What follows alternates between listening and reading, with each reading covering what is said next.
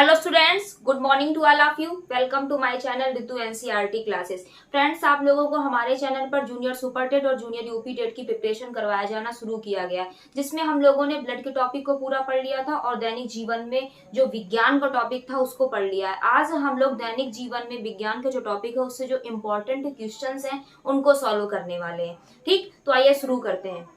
हमारा पहला क्वेश्चन कौन सा है? पहला है, विज्ञान नैसर्गिक वातावरण एवं हमारे शरीर में घटित घटना एवं वृत्तांत अनुसंधान एवं व्याख्या है। उपरोक्त विज्ञान की परिभाषा किसने दी है? हमारा फर्स्ट ऑप्शन है आइंस्टीन ने, सेकेंड W.C. डैम्पियर ने, और 3 नंबर है J.K. जेकोबसन ने, और 4th नंबर कौन सा है? B.S. ब्लूम्स है। तो इसमें हमारा कौन सा आंसर सही होगा? हमारा सही होगा जेकोबसन। ठीक, विज्ञान क्या है? नैसर्गिक वातावरण एवं हमारे शरीर में घटित घटना एवं वृत्तांत अनुसंधान की व्याख्या है। ये डेफिनेशन किसने दी?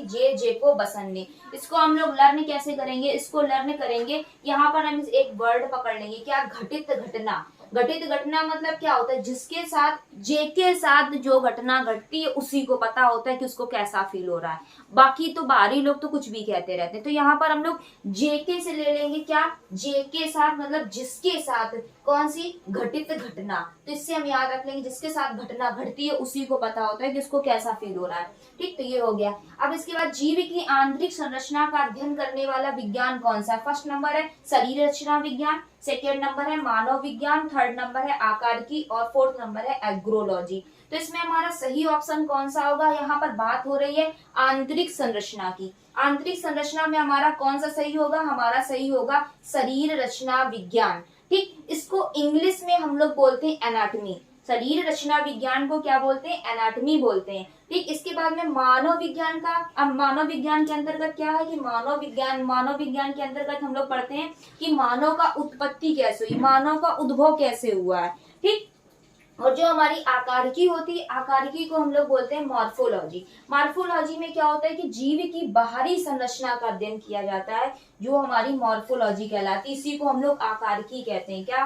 कैसे लर्न करवाया था कि जब भी इसको हम लोग माँ से याद करते हैं, जो हमारे जीव की जो बाहरी संरचना है इसका जो अध्ययन कहलाता है वो मॉर्फोलॉजी कहलाता है। बाहर माँ रहेगा मतलब बाहर एम रहेगा और अंदर क्या रहेगा? ए रहेगा। ठीक, तो बाहर एम रहेगा, एम से क्या हो जाएगी? मॉर्फोलॉजी। मतलब जीव की जो बाहरी संरचना का अध्ययन है वो मॉर्फोलॉजी कहलाता है, और जो आंतरिक संरचना का अध्ययन है वो एनाटॉमी कहलाता है। ठीक, जिसको हम लोग आकारिकी बोलते हैं। 4th नंबर क्या है इसमें? एग्रोलॉजी।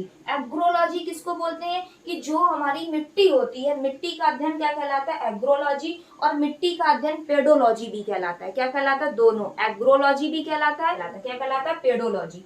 इसके बाद में, विज्ञान की प्रकृति के संदर्भ में सही नहीं है। विज्ञान हमेशा अस्थायी है, विज्ञान तथ्यों के समुच्चय का समतुल्य है, विज्ञान संदेहवाद को बढ़ावा देता है, विज्ञान सीखने के अंताविषयक है। आप लोग बताइए इसमें सही ऑप्शन कौन सा होगा? इसमें सही ऑप्शन कौन सा होगा कि यहाँ पर ये ध्यान रखना है कि नहीं पूछा गया है, विज्ञान की प्रकृति के संदर्भ में सही नहीं है। क्या पूछा गया? नहीं। तो इसमें कौन सा सही होगा? इसमें हमारा सही होगा ये वाला, विज्ञान तथ्यों के समुच्चय के समतुल्य है। ठीक, तो इसको समझ लेते हैं। विज्ञान हमेशा अस्थायी है, बिल्कुल सही बात है कि जो विज्ञान होती है वो अस्थायी होती है। मतलब रोज रोज नई नई खोजें आती रहती हैं। उसमें क्या करता है कि कोई व्यक्ति उसमें कमी निकाल देता है, वो अपनी नई खोज बता देता है, फिर कोई आता है उसमें कमी निकालता है, वो अपनी नई खोज बता देता है। इसलिए कहा गया है कि जो विज्ञान होती है वो कैसी होती? अस्थायी है, मतलब अनस्टेबल है। ठीक, इसके बाद में क्या? ये विज्ञान तथ्यों के समुच्चय के समतुल्य है। मतलब एक बार जो हमें तथ्य बता दिए गए हैं, क्या वही वो बिल्कुल सत्य होते हैं? बिल्कुल ऐसा नहीं होता है कि जब हम उनका क्या करते हैं? यूज करते हैं, अगर हमको वहां पर कुछ गड़बड़ी लगती है तो हम उसमें कुछ ऐड कर देते हैं और नई खोज कर देते हैं। ठीक, इसलिए ये क्या है कि ये गलत हो गया। विज्ञान संदेहवाद को बढ़ावा देता है, बिल्कुल सही बात है। विज्ञान किसको बढ़ावा दे रहा? संदेहवाद को। जब हम कुछ चीज की खोज करते हैं, कोई व्यक्ति है किसी चीज की उसने खोज कर दी, तो क्या करेंगे? हम उसके बारे में सोचेंगे कि उसने कैसे खोजा होगा, क्या अगर इसमें ऐसा हो जाए। ठीक, तो इस तरीके से क्या है कि विज्ञान संदेहवाद को बढ़ावा देता है। विज्ञान सीखने के अंतःविषयक क्षेत्र है, बिल्कुल सही है। विज्ञान क्या है? सीखने के अंतःविषयक क्षेत्र है। सरीसृप, उभयचर या रेप्टाइल का अध्ययन क्या कहलाता है? फर्स्ट हमारा ऑप्शन है मार्मिकोलॉजी, हर्पेटोलॉजी, निमेटोलॉजी या निडोलॉजी। क्या कहलाता है? इसमें कहलाएगा हर्पेटोलॉजी। क्या कहलाता है? हर्पेटोलॉजी। अगर आपको कहीं सरीसृप मिल जाए, उभयचर मिल जाए या रेप्टाइल मिल जाए, पूछा जाए का अध्ययन क्या कहलाता है, तो हम बोलेंगे हर्पेटोलॉजी। ठीक। अगर आपसे स्पेशली पूछ दिया जाए कि सांपों का अध्ययन क्या कहलाता है, स्नेक का अध्ययन क्या कहलाता है, तो हम वहां पर टिक करेंगे ऑफियोलॉजी को। किसको? ऑफियोलॉजी को। इसके बाद क्या है? मार्मिकोलॉजी। इसको भी देख लीजिए। मार्मिकोलॉजी क्या होती है? चींटियों का अध्ययन। मार्मिकोलॉजी क्या कहलाता है? मार्मिकोलॉजी कहलाता है। तो हम इसको कैसे लर्न करेंगे कि मान लिया कोई किसी की एक्सीडेंट हो गई और उसका मृत्यु हो गया, उसके चारों तरफ क्या लगी है? चींटियां लगी हुई है। उस व्यक्ति जब वो कोई जानवर क्या हो जाता है, कोई व्यक्ति क्या हो जाता है, मर जाता है, तो उसमें चींटियां लग जाती है ना। तो वो जो घटना होती है वो कैसी होती है? बहुत मार्मिक घटना होती है और हृदय को क्या होती है? दुख देने वाली होती है। तो उसी से हम लोग याद रख लेंगे मार्मिकोलॉजी। ठीक। इसके बाद निमेटोलॉजी में निमेटोड का अध्ययन किया जाता है। न्यूरोलॉजी में जो पक्षी होते हैं उनके घोंसलों का अध्ययन किया जाता है। ठीक।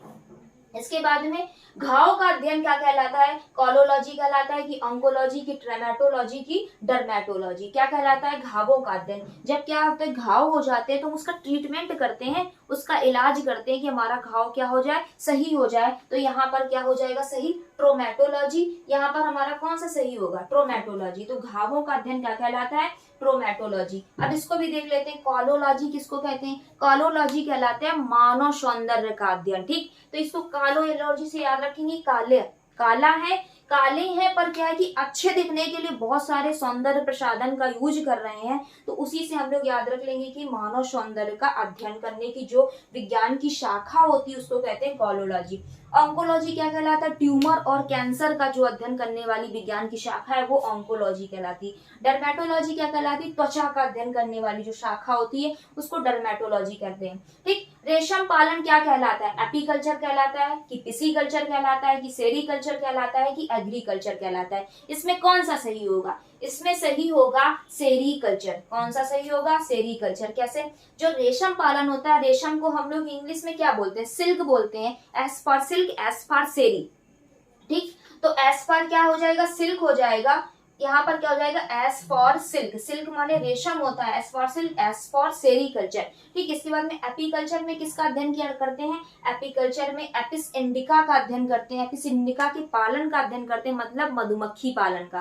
ठीक। इसके बाद में पिशीकल्चर में क्या करते हैं कि मछलियों का अध्ययन करते हैं। और एग्रीज का अध्ययन करते हैं। एग्रीकल्चर को बोलते हैं कृषि विज्ञान, मतलब जिसमें कृषि के करने के बारे में सिखाया जाता है। ठीक है, कि हमें नई नई फसलें, जो अच्छी किस्म की फसलें हैं वो कैसे उगाते हैं। ठीक। ये सब सिखाया जाता है।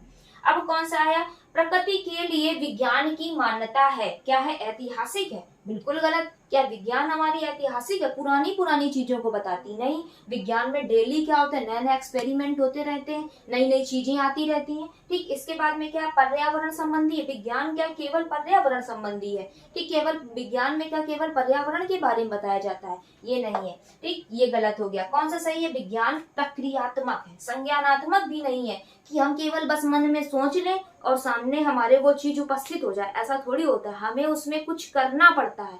जब हम कुछ करेंगे तभी हमको उसका रिजल्ट मिलेगा। तो यहाँ पर विज्ञान क्या है? विज्ञान की जो मान्यता है, विज्ञान एक्सपेरिमेंटल है।